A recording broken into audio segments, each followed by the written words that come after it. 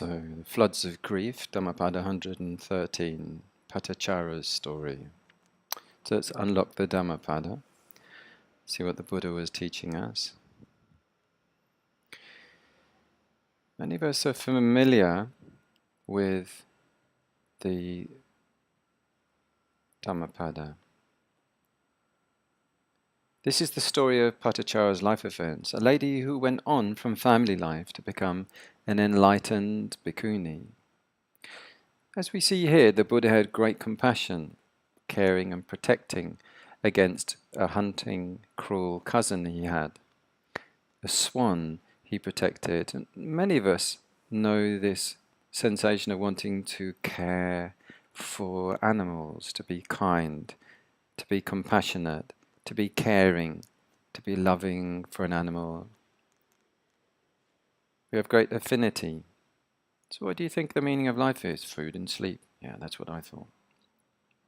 It could be said that this Dhammapada, is all about coping with grief and loss.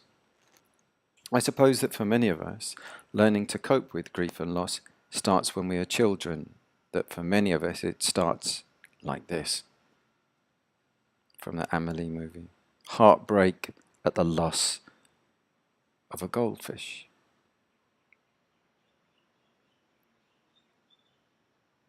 No. The loss of a family pet. When I was 8 or 9, I lost a very beloved pet rabbit called Patch. I'd learnt to feed him and care for him, to clean out his hutch. And then one morning before school, I went up the garden carrying his feed in a bowl. But a fox had got in overnight and had attacked and killed Patch.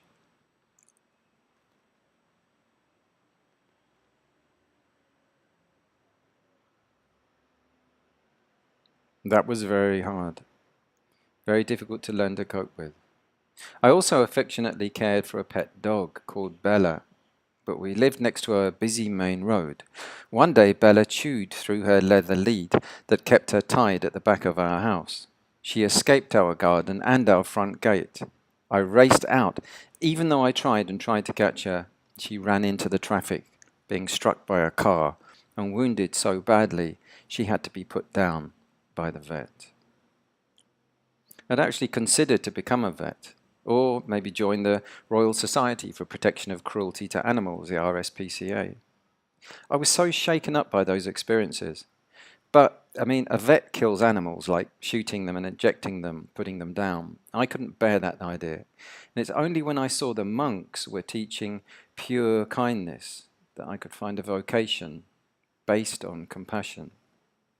So, we gradually developed the skills to cope with the realities of life, the suffering. There is healthy passing grief, and there is also just obsessing over unimportant or superficial losses.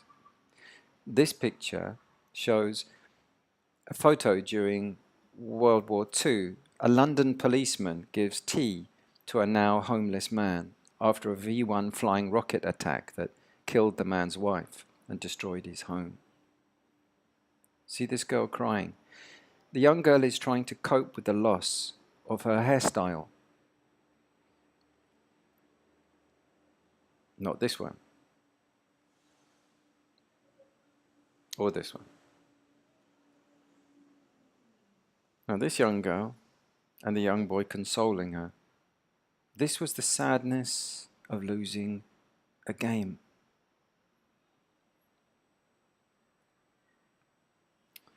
So it makes you reflect and realize that we're going through this process. Another memory about the grief with loss. My elder sister and my younger brother and I were once watching this Norman wisdom film as kids in the lounge. The milkman here has to say goodbye to his beloved horse, which pulled the milk cart. They were changing to a cheaper electric vehicle, and he was so attached, he tried to keep the horse in his room like a pet. Those were the days, eh? Look at that. But consolidated dairies moved in and were going to take over and put the little company out of business. But the angry boss made him take the horse to be put down. It escaped and returned the next night. In the rain, the furious boss yelled to him to get rid of it. It trotted off into the dark, wet night.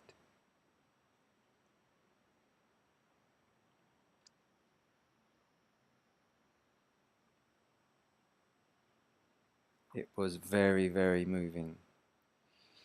The angry boss, the rain, the heartbreak, everything about it made us choke up.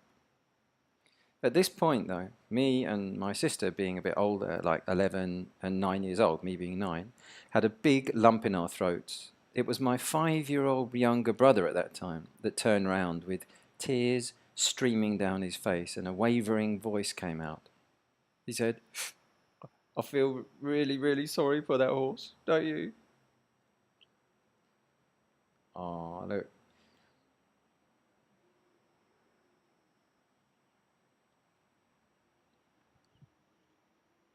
And there's Norman in his pyjamas in the driving rain.